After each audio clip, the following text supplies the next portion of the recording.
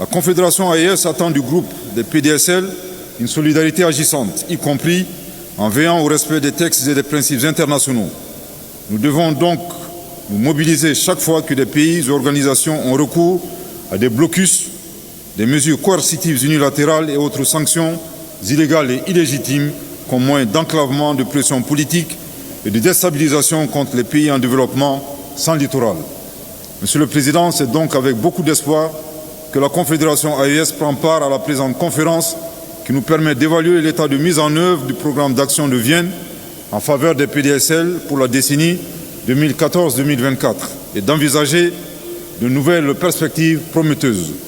Le plan d'action d'Awaza pour la décennie 2024-2034, qui succède à celui de Vienne, s'articule autour de 5 axes dont la transformation structurelle, le commerce et sa facilitation, le transit et la connectivité, le renforcement des capacités d'adaptation, le financement et les moyens de mise en œuvre.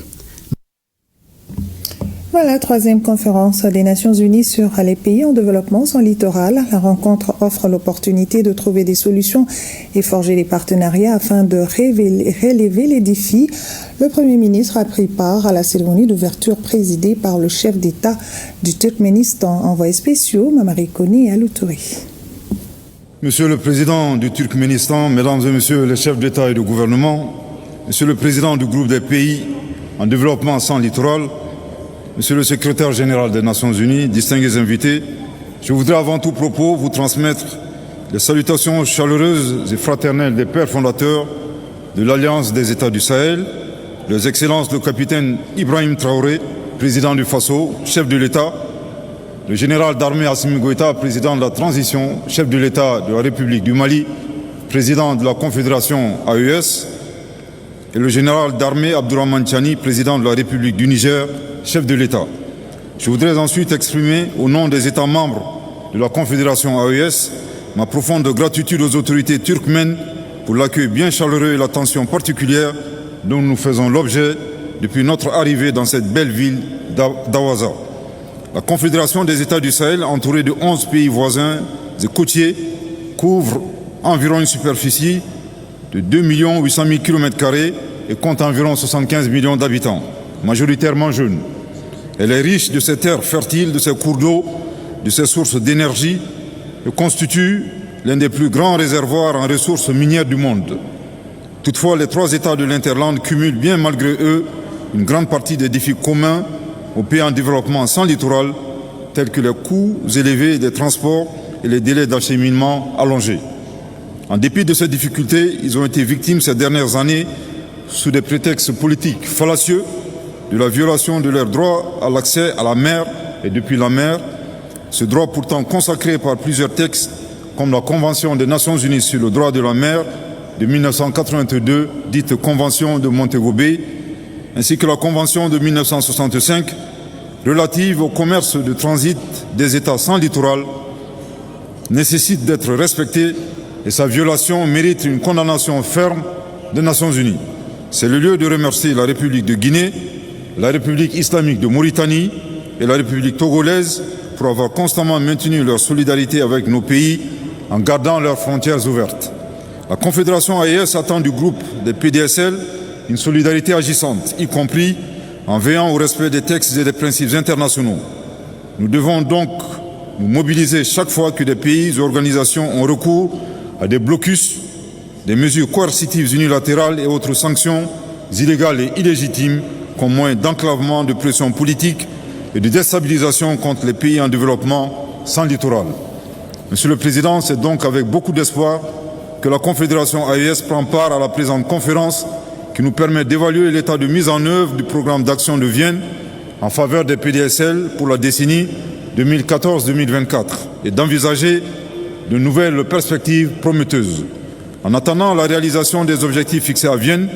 la Confédération AES a pris des initiatives hardies et souveraines axées sur le développement endogène, notamment en matière de projets structurants et de mobilisation des ressources internes, d'industrialisation, de transformation sur place de leurs produits locaux pour créer de la valeur ajoutée à nos économies. Dans cette optique, nous avons inscrit au cœur de nos priorités nationales et confédérales des politiques d'investissement stratégiques dans différents domaines prioritaires tels que les infrastructures, l'énergie, l'industrialisation et la diversification économique. Pour contribuer à la réalisation des projets confédéraux dans ces domaines prioritaires, il a été créé la Banque confédérale pour l'investissement et le développement. Sur le plan sécuritaire, nos vaillantes forces armées de sécurité combattent avec succès les organisations criminelles et obscurantistes. En témoigne la neutralisation de nombreux éléments, y compris des chefs des groupes armés terroristes, ainsi que la reddition de plusieurs combattants. L'AES dénonce de nouveau les soutiens multiformes apportés à ces groupes terroristes par des sponsors étatiques étrangers. Monsieur le Président, la Confédération AES a foi en un multilatéralisme à visage humain,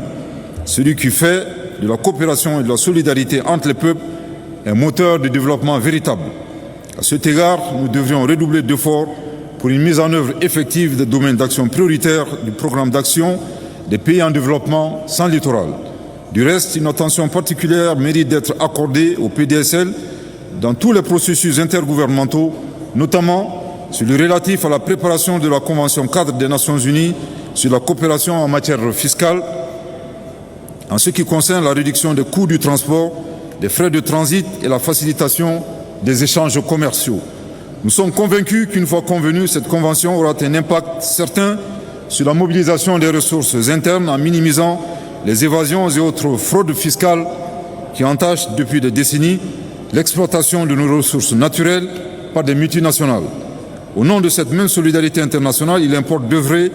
à l'atténuation des vulnérabilités des PDSL. Aussi voudrions-nous appeler à la révision des critères de notation et d'évaluation du risque appliqués aux pays les plus vulnérables, afin que d'ici à 2030, les pays en développement à faible revenu bénéficient d'un financement efficace. Il est également important de renforcer la coopération entre les pays de transit et les pays sans littoral pour développer des stratégies intégrées plus pertinentes permettant de mieux s'intégrer dans l'économie mondiale. Monsieur le Président, Mesdames et Messieurs, la Confédération des États du Sahel a une grande confiance en l'avenir et œuvre quotidiennement à transformer les défis du moment en opportunités immenses de développement au profit de son peuple. Notre narratif est que le Sahel reste une terre d'opportunités et non pas une région de crise, comme s'échine à le dépeindre une catégorie d'opinion. Dans cette perspective, la Confédération AES est disposée à coopérer avec l'ensemble des partenaires dans un cadre équilibré et gagnant-gagnant, sous réserve du respect des principes simples et évidents comme le respect de la souveraineté de nos États, le respect de nos choix stratégiques et la prise en compte des intérêts vitaux de nos populations. Je vous remercie de votre très aimable attention. Voilà, vous venez de suivre le Premier ministre